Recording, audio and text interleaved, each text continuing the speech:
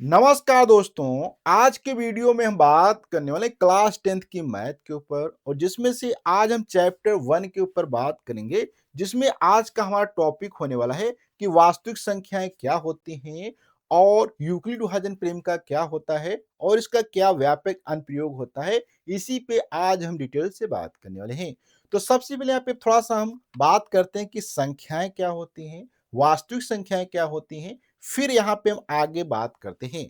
तो अगर यहाँ पे हम बात करते हैं नंबर सिस्टम की, क्या करते हैं? अगर हम यहाँ पे थोड़ा-सा समरी के रूप में देख लें, तो हमारे जो नंबर सिस्टम होते हैं वो क्या होते हैं? अगर उनको यहाँ पे हम थोड़ा-सा समझने की कोशिश करें, तो नंबर सिस्टम की अगर बात करें अर्थात संख्या पद्धति में, तो जो सबसे पहले हमारे नंबर होते हैं, जिसको हम लोग क्या कहते हैं? नेचुरल नंबर कहा जाता है।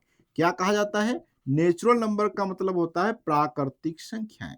अब ये प्राकृतिक संख्याएँ क्या होती हैं? तो ऐसी संख्याएँ जिनको हम लोग काउंट करने के लिए यूज़ करते हैं, जैसे कि हमारा 1 हो जाता है, 2 हो जाता है, 3 हो जाता है, 4 हो जाता है, 5 हो जाता है। ये सारी संख्याएँ क्या होती हैं? हमारी नेचुरल नंबर कहलाती हैं। इसके बाद फिर यहाँ पे दूसरे टाइप के जो नंबर होते हैं, जिनको हम क्या कहते हैं? होल नंबर कहते हैं। क्या कहा जाता है? होल नंबर कहा जाता है। होल नंबर क्या होते हैं? जब यहाँ पे इन्हीं संख्याओं के अंदर जो हम लोग क्या करते हैं, 0 को बढ़ा देते हैं, तो ये हमारा क्या होता है? होल नंबर बन जाते हैं। तो इस प्रकार से होल नंबर हो जाते हैं। अब इसके बाद होल नंबर होते हैं, फिर हमारे जो होते हैं प्राइम नंबर होते हैं, इस प्रकार से इंटीजर्स होते हैं। इंटीजर्स में क्या होता है, अगर यहीं पे थोड़ा-सा बात कर देते हैं, इंटीजर। इंटीजर का मतलब होता है जब क्या करते हैं संख्याओं में यहाँ पे माइनस की भी संख्या ऐड कर दें, जैसे कि माइनस का 1, 0, 1 इस प्रकार से जब माइनस की संख्याएँ भी आ जाती हैं, तो उन्हें हम लोग इंटीजर कहते हैं। अब इसके बाद इंटीजर के बाद फिर हमारे जो आते हैं, जिनको हम क्या कहते हैं? रेशनल नंबर अर्थात क्या कहा जाता है? रेशनल नंबर होते हैं हमारे कुछ। जैसे कि यहाँ पे अगर हम बात कर लें, रेशनल नंबर जैसे कि 2/3, 5/6, 7/8 ये सारे रेशनल नंबर हो जाते हैं। इसके बाद यहाँ पे अगर हम फिर बात करें 5वें नंबर पे, जो कि हमारे होते हैं इरेशनल नंबर। क्या होते हैं? Irrational number. अब ये इरेशनल नंबर क्या होते हैं? जैसे कि हमारा √3 हो जाए, √2 हो जाए, √5 हो जाए और पाई हो जाए, इस प्रकार की संख्याएं इरेशनल नंबर कहलाती हैं। अब यहाँ पे इन सभी नंबरों को अगर हम लोग क्या मिला लें, आपस में मिला लें, तो यहाँ पे क्या बन जाता है? हमारा रियल नंबर बन जाता है। क्या बन जाता है? इन्हीं सभी के कॉम्बिनेशन को क्या कहा जाता है? रियल नंबर कहा जाता है।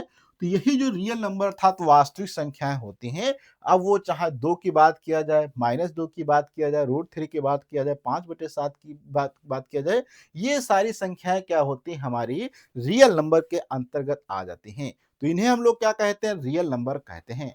अब इसके बाद थोड़ा-सा हम यहाँ पे आगे बात करते हैं कि रियल नंबर के बाद जो हमने बात किया था कि यूक्लिड विभाजन प्रेमिका क्या होती है? इसको थोड़ा-सा समझने की यहाँ पे हम कोशिश करते हैं।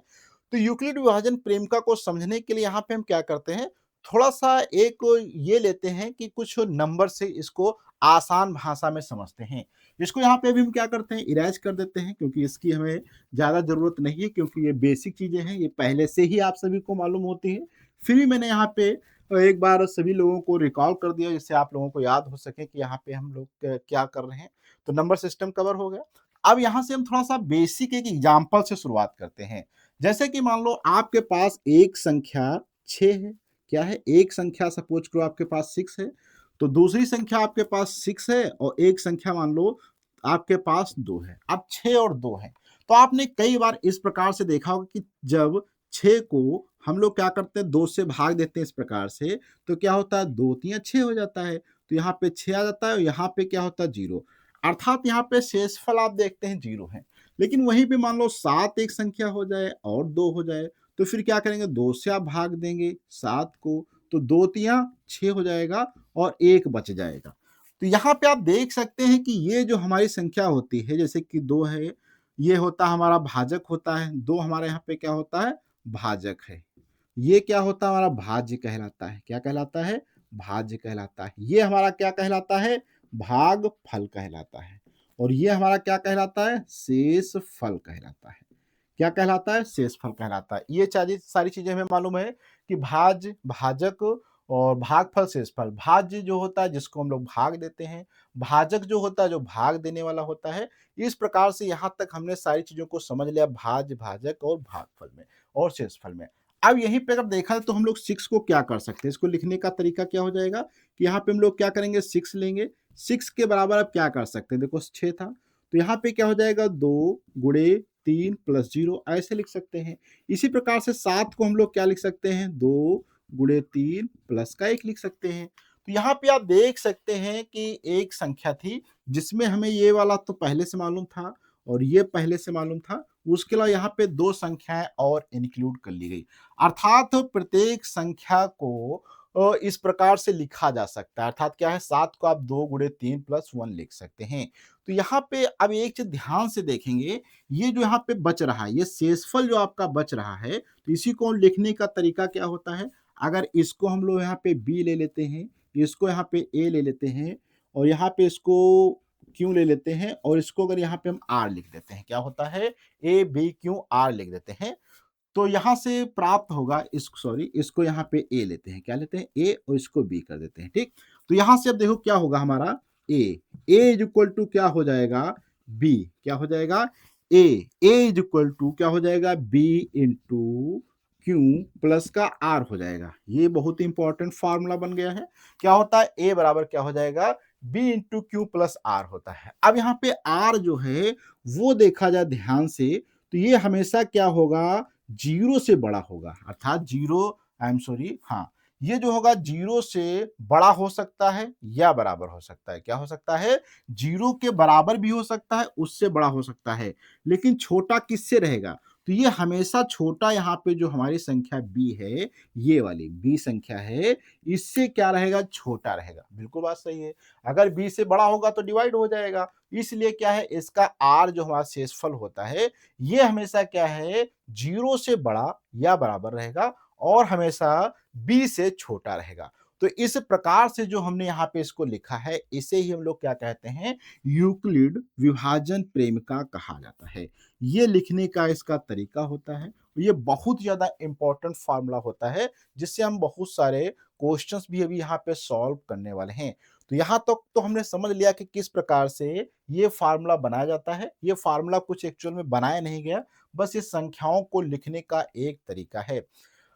अब यहाँ पे कुछ हम क्वेश्चंस लेते हैं जिनसे हम देखते हैं कि कैसे मासा लासा ज्ञात किया जाएगा। उससे पहले हम थोड़ा-सा मासा पर ही बात कर लेते हैं, एक्चुअल में मासा होता क्या है और उसका मतलब क्या होता है और लासा क्या होता है, लासा का क्या मतलब होता है। फिर हम यहाँ पे यूक्लिड विभाजन से देखेंगे कि कैसे दो संख्याओं का मासा अर्थात एचसीएफ निकाला जाता है। देखो, यहाँ पे मान लो हमारे पास 2 ही संख्या है, जैसे कि मान लो यहाँ पे हमने 6 को ले लिया और यहाँ पे 2 ले लिया।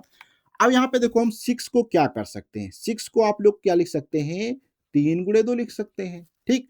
और 2 को आप लोग क्या लिख सकते हैं 1 गुणे 2 लिख सकते हैं, यही लिख सकते हैं। इसमें आप चाहो तो गुणे में 1 लिख सकते हो, लेकिन 1 से कोई फर्क नहीं पड़ता है। तो यहाँ पे हमने क्या लिखा है इनके गुणनखंड लिखे हैं, ये क्या है गुणनखंड है। और ये गुणनखंड कैसे हैं, इनको हम लोग क्या कहते हैं अभाज्य गुणनखंड। तो यहाँ पे एक बार गुणनखंड की अगर हम बात कर रहे हैं तो ये भी हमें क्लियर हो जाना चाहिए कि गुणनखंड क्या होते हैं। जैसे कि 6 को हम क्या लिखेंगे 3 गुणे 2 लिख सकते हैं। इसी प्रकार से यहाँ पे 2 को आप क्या लिख सकते हैं 2 गुणे 1 लिख सकते हैं। तो इसको आप चाहें तो ऐसे भी लिख सकते हैं 3 गुणे 2 गुणे 1 लिख सकते हैं या ऐसे लिखें। तो ये गुणनखंड क्या है अभाज्य गुणनखंड है, अर्थात इन्हें हम क्या कहते हैं अभाज्य गुणनखंड। दूसरे टाइप के गुणनखंड जैसे कि मान लो हमारे पास 8 है, 8 को हम लोग क्या लिखेंगे 4 गुणे 2 लिखेंगे, लेकिन यहीं पे 4 को भी हम क्या कर सकते हैं 2 गुणे 2 गुणे 2 लिख सकते हैं।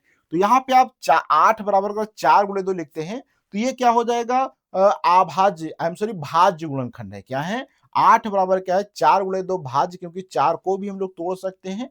तो इसलिए जब भी कोई संख्या को आप लिखना है तो उसको उसके अभाज्य गुणनखंडों में सबसे पहले लिखना चाहिए। तो अभाज्य गुणनखंड लिखने के तरीके होते हैं, कई होते हैं, जैसे कि गुणनखंड विधि होता है, भाग विधि होता है।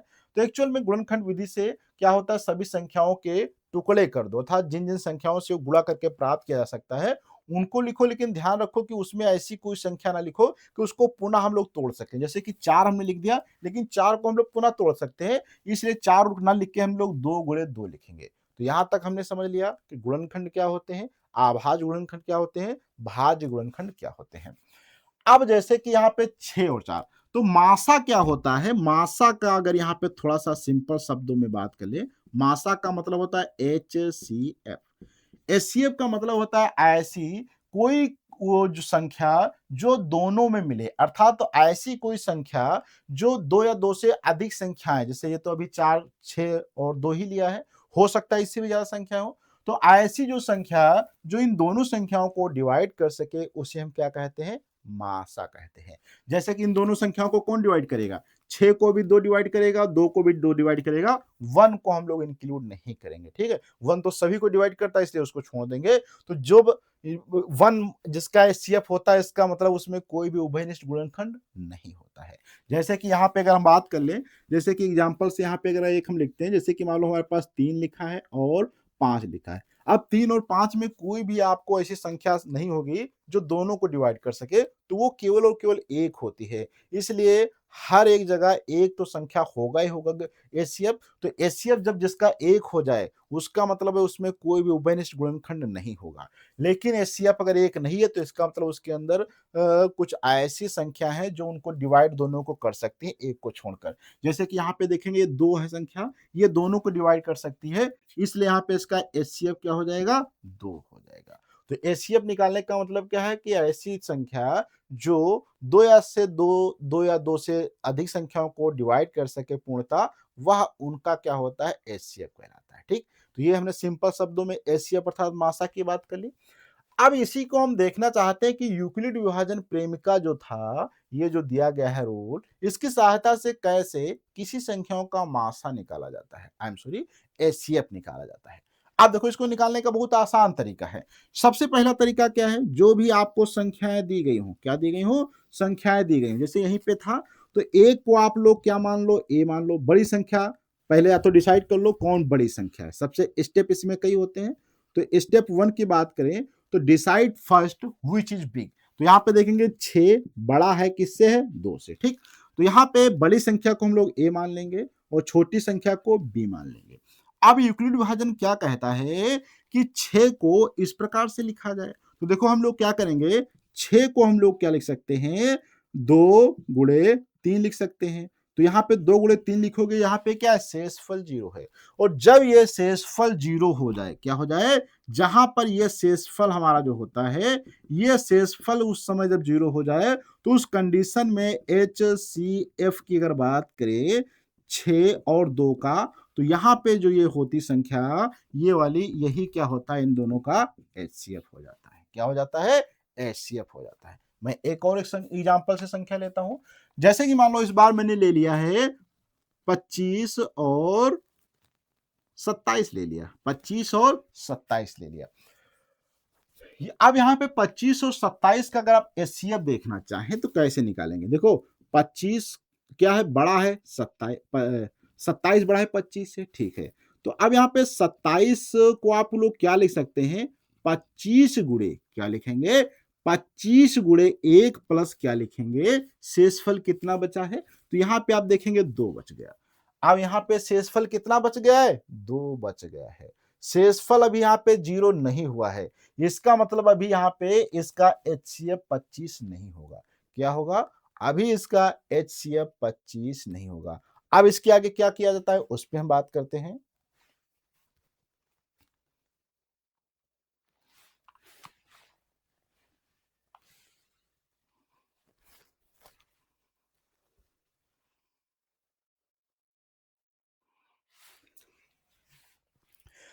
अब यहाँ पे शेषफल 0 नहीं हुआ, इसके लिए आपको क्या करना पड़ेगा? ये जो यहाँ पे 2 संख्याई है, अब ये 2 आपका क्या बन जाएगा? अभी तक देखो, ये हमारा था ए, ये था हमारा बी, लेकिन नेक्स्ट स्टेप में जब आएंगे तो यही 2 वाला आपका क्या बन जाएगा? आपका बन जाएगा बी। क्या बन जाएगा? ये आपका बी बन जाएगा, और ये जो 25 था, ये आपका क्या हो जाएगा? ए हो जाएगा। अब 25, तो यहाँ पे क्या होगा? अगर देखा जाए तो 25 से कितने बार मल्टीप्लाई करना पड़ेगा? तो यहाँ पे 12 दूनी 24 होता है। क्या होता है? 12 लिखा जाएगा। क्या हो जाएगा? 12। तो क्या हो जाएगा? देखो, 12 गुणे 2 क्या हो जाएगा? 12 गुणे 2 प्लस यहाँ पे क्या बच रहा है? अभी आप देखेंगे 1 बच रहा है। कितना बच रहा है? 1 अभी यहाँ पे बच रहा है।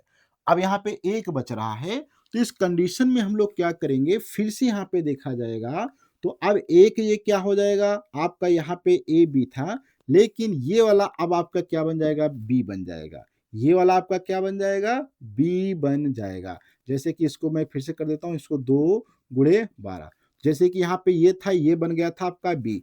अब यहाँ से फिर से करेंगे, ये बन जाएगा आपका बी अर्थात 1, और ये क्या हो जाएगा, यहाँ पे जो था आपका 12, ये 12 क्या बन जाएगा, आपका ए हो जाएगा। ध्यान रखना है, ये जो था 25, ये आपका क्या हो जाता है, ए बन जाता है। तो यहाँ से आपका क्या होगा, देखो 12, तो 12 एकम क्या होता है, 12 प्लस क्या बच जाएगा, 0।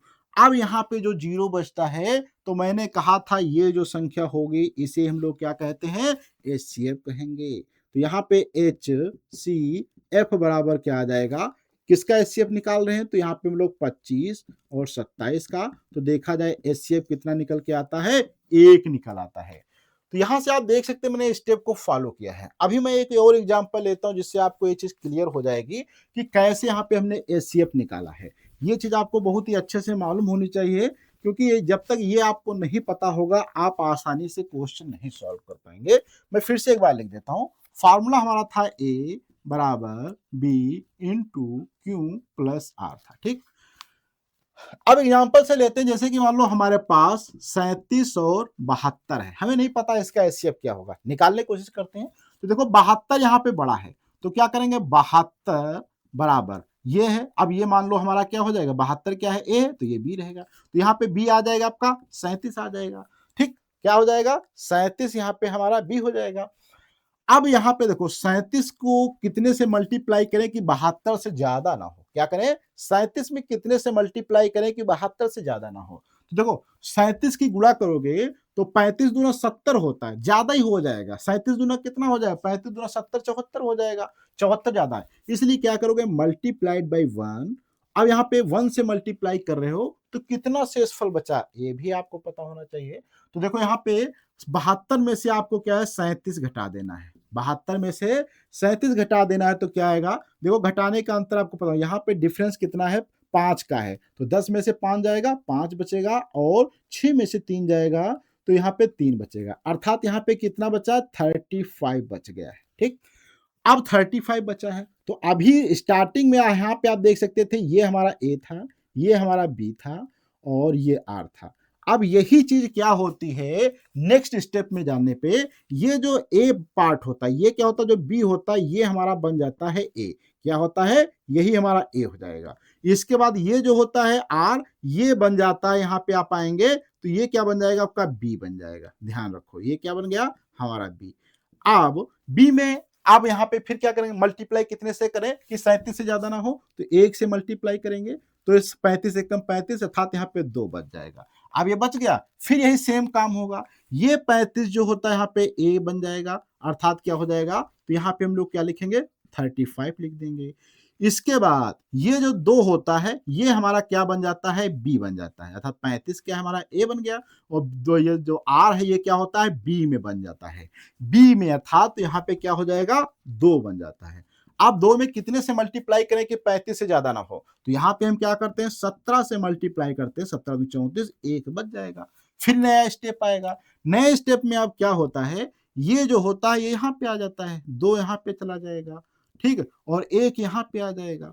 अब 2 को 1 से मल्टीप्लाई कर देते हैं, क्या करते हैं, 2 को 1 से मल्टीप्लाई, हम सॉरी 2 में कितने से 1 में कितने से मल्टीप्लाई करें कि 2 से अधिक ना हो, तो 2 से कर दो, तो यहाँ पे अब शेषफल क्या हो जाएगा, 0 हो जाएगा। जब शेषफल 0 होता है तो उस समय ही हमारा ये क्या होता है, एचसीएफ यहां से निकल के आ जाता है, तो वो क्या है, एचसीएफ हमारा 1 हो जाएगा। और संख्याएं कौन कौन सी थी, 37 और यहाँ पे हमने लिया था 72, 37 72 का एचसीएफ क्या हो जाएगा, तो यहाँ पे आप देखेंगे 1 हो जाएगा।